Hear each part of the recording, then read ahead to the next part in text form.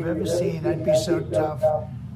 But you're never going to get a deal that way, so that's the way it goes. All right, one more question. I have to respond to this. So look, for 4 years in the United States of America, we had a president who stood up at press conferences and talked tough about Vladimir Putin, and then Putin invaded Ukraine and destroyed a significant chunk of the country. The path to peace and the path to prosperity is maybe engaging in diplomacy. We tried the pathway of Joe Biden of thumping our chest and pretending that the President of the United States' words mattered more than the President of the United States' actions. What makes America a good country is America engaging in diplomacy. That's what President Trump is doing. Can I ask you? Sure. Yeah?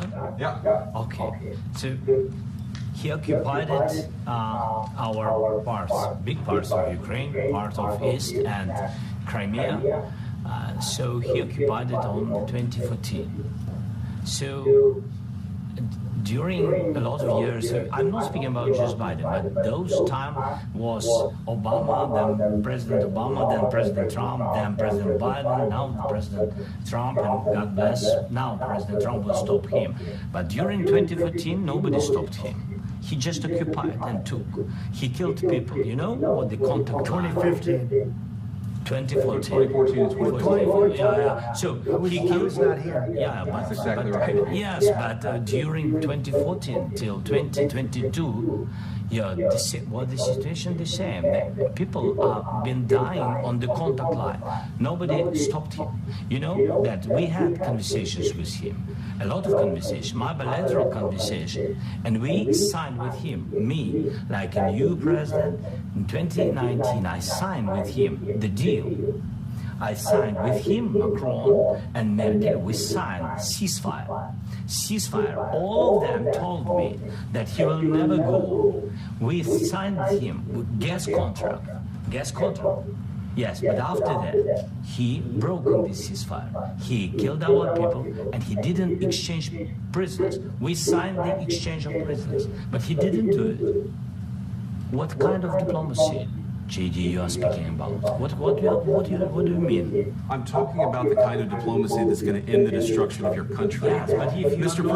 President, with respect, I think it's disrespectful for you to come into the Oval Office and try to litigate this in front of the American media. Right now, you guys are going around and forcing conscripts to the front lines because you have manpower problems. You should be thanking the President for trying to bring an end to this conflict. Have you ever been to Ukraine that you say what problems we have? I have been to. I've actually watched and seen the stories, and I know what happens is you bring them on a propaganda tour, Mr. President. Do you disagree that you've had problems bringing people into your military? And do you think that it's respectful to come to the Oval Office of the United States of America and attack the administration that is trying to prevent the destruction of your country? A lot of questions. Let's start from the beginning. Sure. First of all, during the war, everybody has problems. Even you, but you have nice ocean and don't feel now, but you will feel it in the future. God bless. God bless. God bless. You will not have war. Don't tell us what we're going to feel. We're trying to solve a problem. Don't tell us what we're going to feel. I'm not telling you. Because you're in no position to dictate that. That's exactly what you're doing. You're in no position to dictate what we're going to feel. Very good position. You've allowed yourself to be in a very bad position, and he happens to be right about From the very beginning of the war. You're not in a good position. You don't have the cards right now. With us, you start having cards. Right now, you don't have to play cards. You're playing cards. You're gambling with the lives of millions of people. You're gambling with World War III. You're gambling with World War III.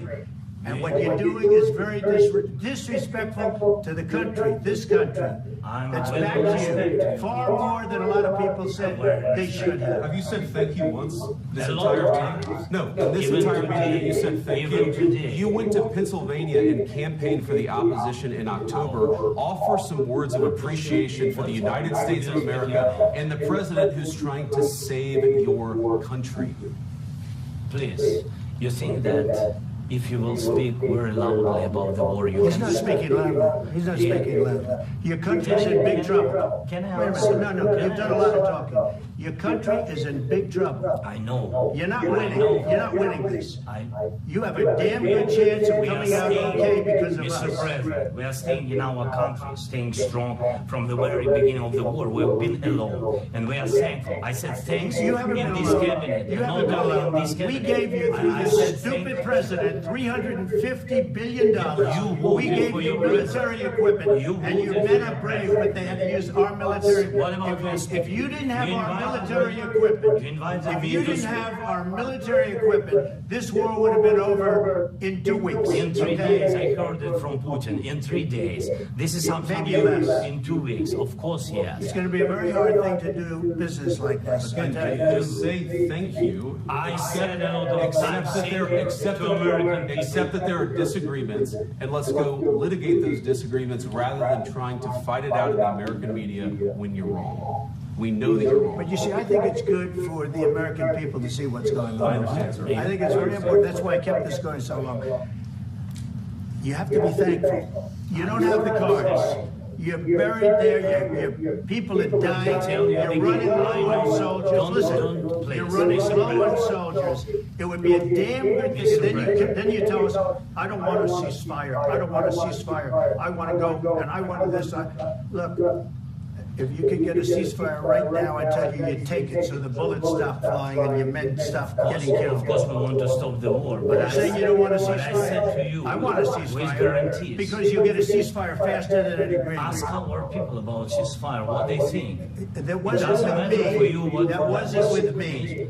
That was with a guy It named Biden who was not a smart person. This That is was your, with this is Obama. your president. It was your president. Excuse me, that was with Obama who gave you sheets and I gave you javelins. Yes. I gave you the javelins to take out all those tanks. Obama gave you sheets. In fact, the statement is Obama gave sheets and Trump gave javelins. You gotta be more thankful. Because let me tell you, you don't have the cards. With us, you have the cards. But without us, you don't have any cards. One more question to Martin Fire. What international basic peace talks? What is in there? I understand that